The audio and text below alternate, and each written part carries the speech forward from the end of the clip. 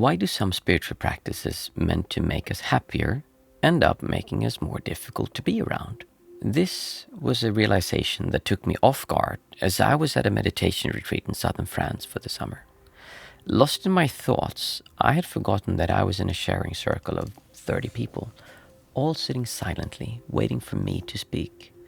Before me, others had shared their feelings about difficult events in their lives, some revealing these thoughts for the very first time. While sitting there, I realized that many people in my group deal with tough emotions and events by hiding them, because they feel ashamed or think they're wrong somehow. A few had sat and sobbed, barely making it through the sharing. Many emotions had come up and they were overwhelmed by the experience. Having other people listen without interrupting, without telling them why they were wrong or trying to comfort them, they hadn't anticipated the profound emotional impact this would have.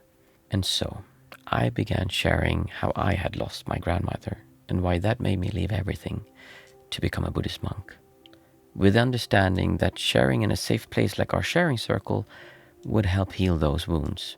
In spiritual circles, another technique is often used to handle repressed emotions. This technique involves recognizing that we all have things about ourselves that we are proud of and want to show. But we also have parts that we are afraid to show. By practicing this technique, we allow our hidden parts to express themselves freely, just like the parts we are comfortable sharing. But expressing emotions without a filter can create a self-centered and destructive way of interacting with the world. People may justify any behavior by saying it's part of their path or practice, regardless of how it affects others. Would you leave your baby and go to India for a year in search of spiritual enlightenment? How about cheating on your partner because of repressed sexual urges you discovered? These are real examples from people I know.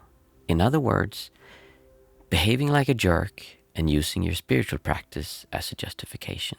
The technique mentioned earlier is often called shadow work, but there's something you already know how to do that has the same effect. And the best part is that it happens naturally, just from being alive. The more experiences you have, the easier it becomes to shrug things off. Through experience, you realize that what others think of you, or how things turn out, isn't as important as it first seemed to be. As we go through life, we can feel good in more situations than when we were younger.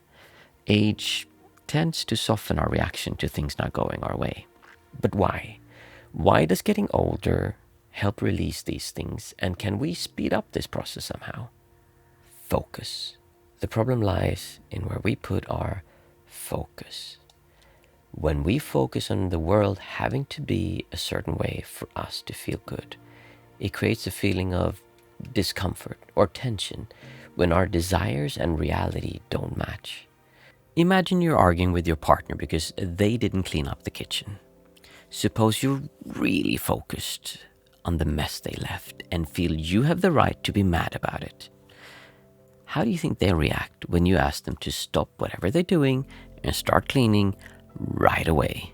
Now, imagine if instead you first focus on soothing this feeling of discomfort.